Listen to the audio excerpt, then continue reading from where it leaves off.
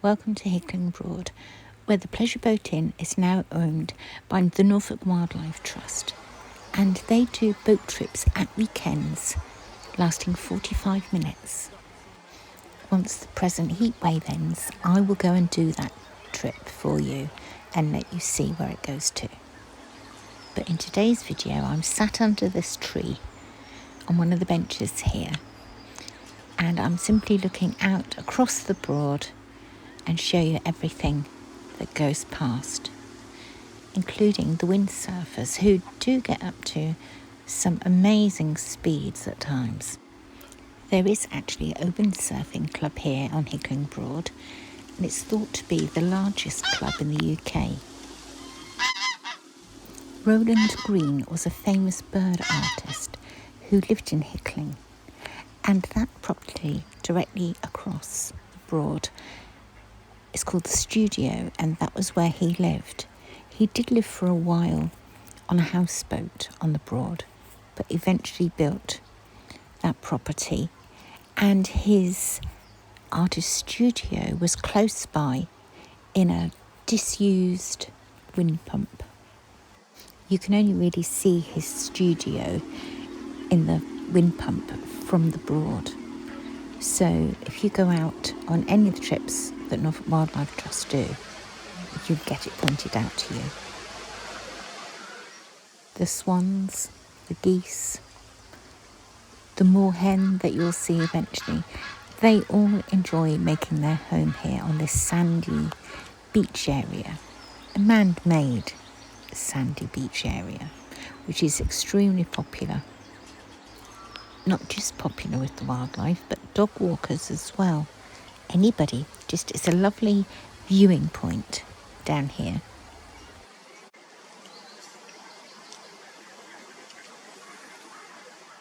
Not as many boats make it as far as Hickling Broad these days, because it's more difficult to get under Potterham Bridge.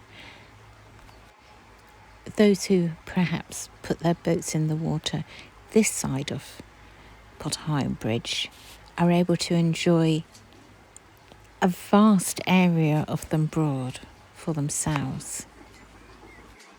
Or, of course, like these people seem to have done, hire a sailing boat from Marston Boatyard.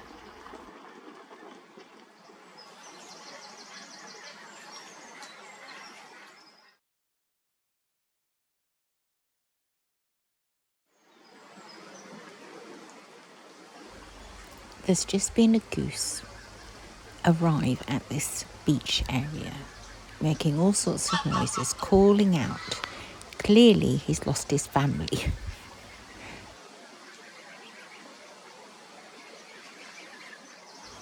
They were calling to each other, and now these two have just arrived and looking for him. I mean, it must be very difficult when you're faced with about 50 geese that all look identical. How do you decide who are yours and who aren't? But they've clearly found each other, and they will go swimming off together, so it all ends well.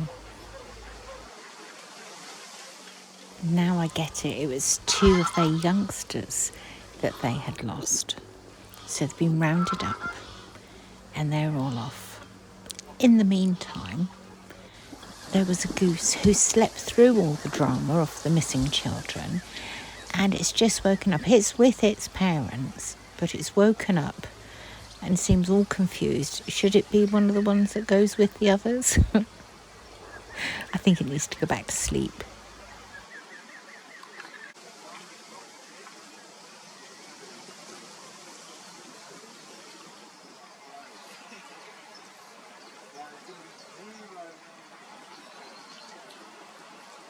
I wonder how the wildfowl cope with the extreme temperatures.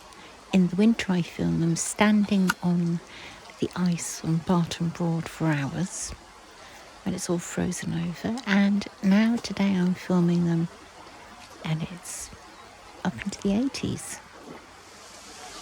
You know, do they just adapt like we do? Stay in the water where it's cooler? I don't know. This is the same swan that I keep showing you, preening. I've been here 2 hours and it was already preening when I arrived. So it takes a long time when you've got to sort out each and every feather. So you spend hours rearranging your feathers, sorting them out, getting them nice, and then the wind comes along and ruffles them all up again. Must be so frustrating.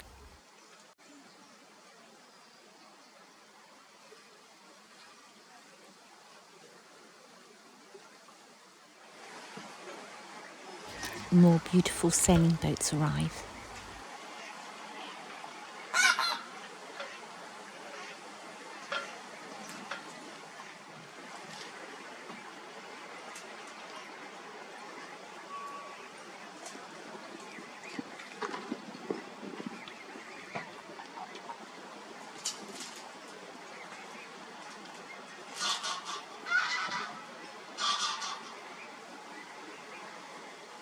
It's huge expanse of water, but the windsurfers decide to pass each other within inches of each other.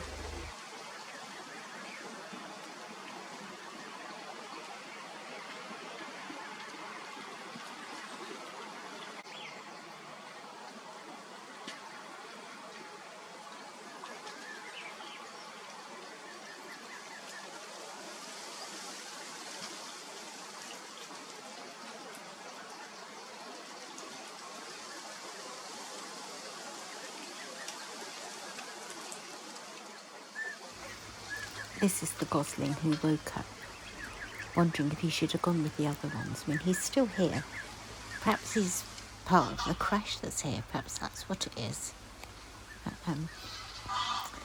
yeah. He'll be fine, I'm sure.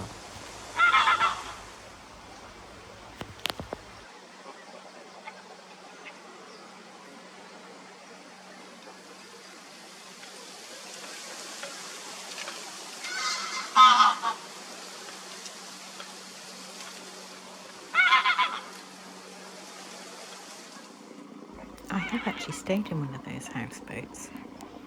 It poured with rain every single day. You couldn't see out the window, you couldn't see what was happening.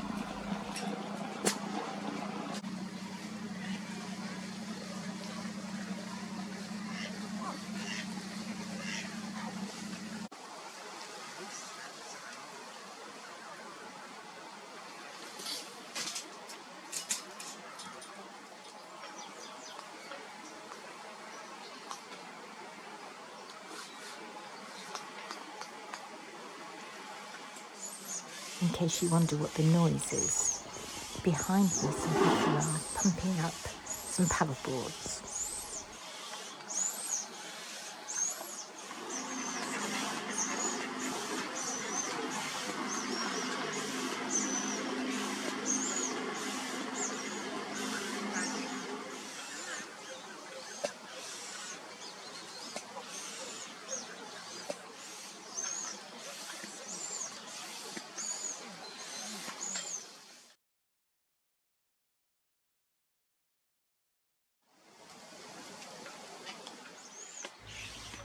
One of the windsurfers has fallen off, and I wouldn't say he's struggling to get back on, but it's very windy and I don't think the surfboard is doing what perhaps it should be doing.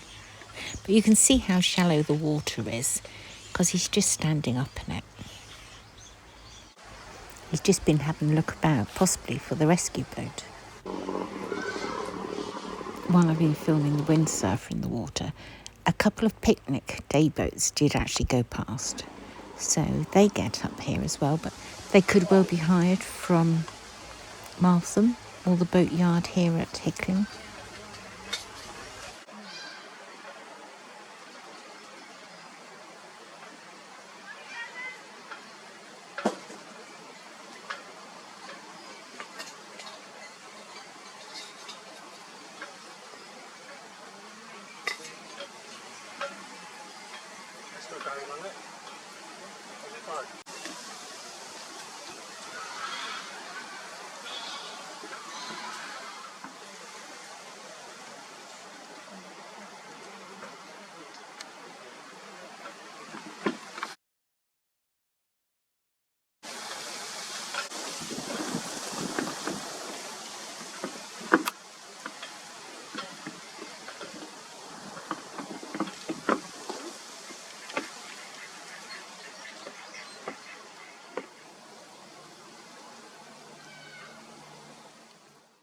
as always, I'll end with a few of the photos I've taken while I've been here.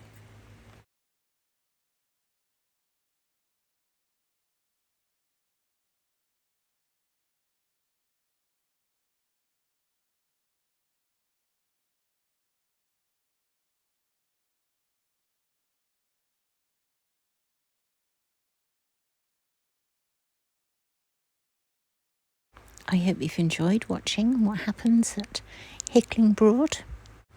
I'm not sure when I'll be filming the boat trip from here, but I will do. That's it from me for this week. I'll see you again soon.